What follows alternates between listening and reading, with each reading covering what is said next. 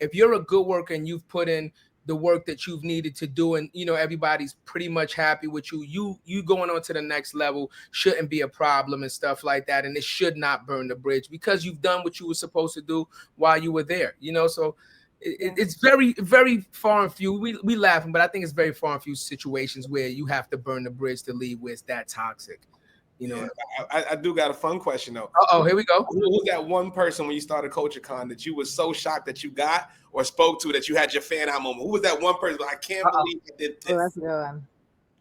Tracy Ellis Ross. Okay. What was that like? What was the pride like? Did you handle the people? You ain't got to tell them everything. How'd that happen? Yes. So my friend Eric was our talent booker, so amazing, and he booked Tracy Ellis Ross.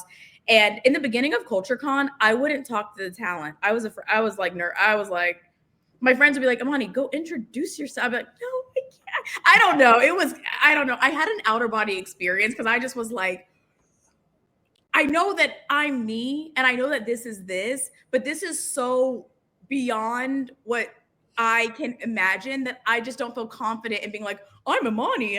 So I would just like slither in the shadows. And so Tracy Ellis Ross is coming off the stage, and my friend Eric is like, Imani, this is Tracy Ellis Ross. Tracy, this is Imani. She's the founder. And Tracy goes, I can't believe what you've built. I'm so proud of you. And I like cried. I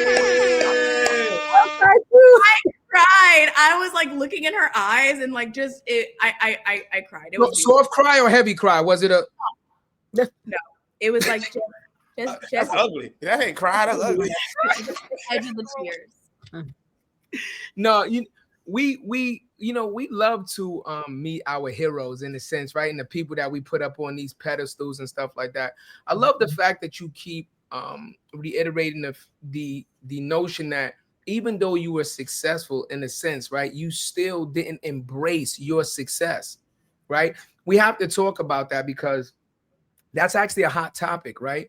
Being on the path to success and rising in the ladder and not taking the time to actually look at your accomplishments and enjoy the little wins that you get on the way up. Can you kind of talk about that? Because I feel like this is what you do. You kind of accomplish something, but you don't kind of like bask in your own glory. Like, is that something you feel like you do? I think it's something that I felt like I did. It was like, I saw this quote online that was like, the reason you feel behind is because you keep moving the goalpost. You never stop. It's like, oh, I got this. I'm going to do the next thing. One day I had an epiphany that like, if you're not careful, you'll do that forever and then you just die. Like, I don't know. I know that's really fatal, but I just kind of was like, if you're never satisfied, if you've never learned the art of satisfaction or the art of being proud of yourself, in a way, I don't think you really get to enjoy life. And so that was a big part of why, I moved to Georgia, was to be able to have the juxtaposition of fast New York, but have my feet on the ground, where I grew up in Georgia. And so when I'm back here and I'm like buying a sub from Publix or buying wings from Wingstop, like I love how normal that is. Like, I just love how I order extra. I mix my strawberry lemonade with my regular lemonade, and that's a good Wednesday. But then I get to go to New York for CultureCon, right? And then interview Taraji P. Henson. And that feels special too. And so I say that because it allows the big moments and the little moments to both be celebrated, and to be wherever my feet are planted. So I would say for anyone who's like always on the go, it's just kind of like, you got to almost ask yourself where you were last year and talk to that version of you, which is why I do video diaries every 2 weeks. Every 2 weeks, I have it on my calendar. I pull up my iPhone and I say, hey, Imani girl. And I talk to myself in the future about what I'm going through right there. And some of the days I'm crying. I cry a lot. And some of the days I'm happy.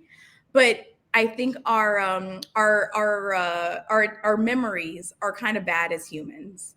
And we forget how hard the hard days were, how good the good days were. So I like to document it and remind myself, like I said, it wasn't always like this. You know what I mean? There were days that I used to work. I mean, I used to wake up at 5 a.m., work on CultureCon, be in the office at 8, work from 8 to 7, maybe eat some empanada mamas, come home, work again. Like it was so inhumane. And I don't have to do that anymore. But I like to remind myself that at one point I did. Fire. Yeah. Fire. That was Yeah. It's a masterclass. that was I want to know, right? What do you do to celebrate, recharge? Because I know you because like I follow you, so I've seen your sabbaticals that you've taken. But you know, what do you like to do? I'm in this season now where I try to really not deny myself. That doesn't mean it's like glutton, but I remind myself of free will. So I think sometimes we get into this schedule of like, even from school, right? That like Monday through Friday, you're working and only the weekend is when you can have fun, or like only when you go on vacation. And I will do these little indulgences where I'll be like, you know what I want right now at 10 in the morning? I want some dark chocolate ice cream. yeah. I won't deny myself that. I will go down in my house and I will get dark chocolate ice cream. Or like, here's the biggest thing that I do now is like that I couldn't afford to do when I was first starting out, but I stop working when I'm done when I'm done. Like I don't force myself to work beyond. I know that I'm a hard worker. I know I have an addictive personality, but if it's 4 p.m. or if it's 7 p.m., I just stop when I'm ready. That's crazy, right? I like it. The way you said the dog. Cool. It's I was called like, goddamn. freedom. It's Right. called freedom, Imani. Yeah. Freedom.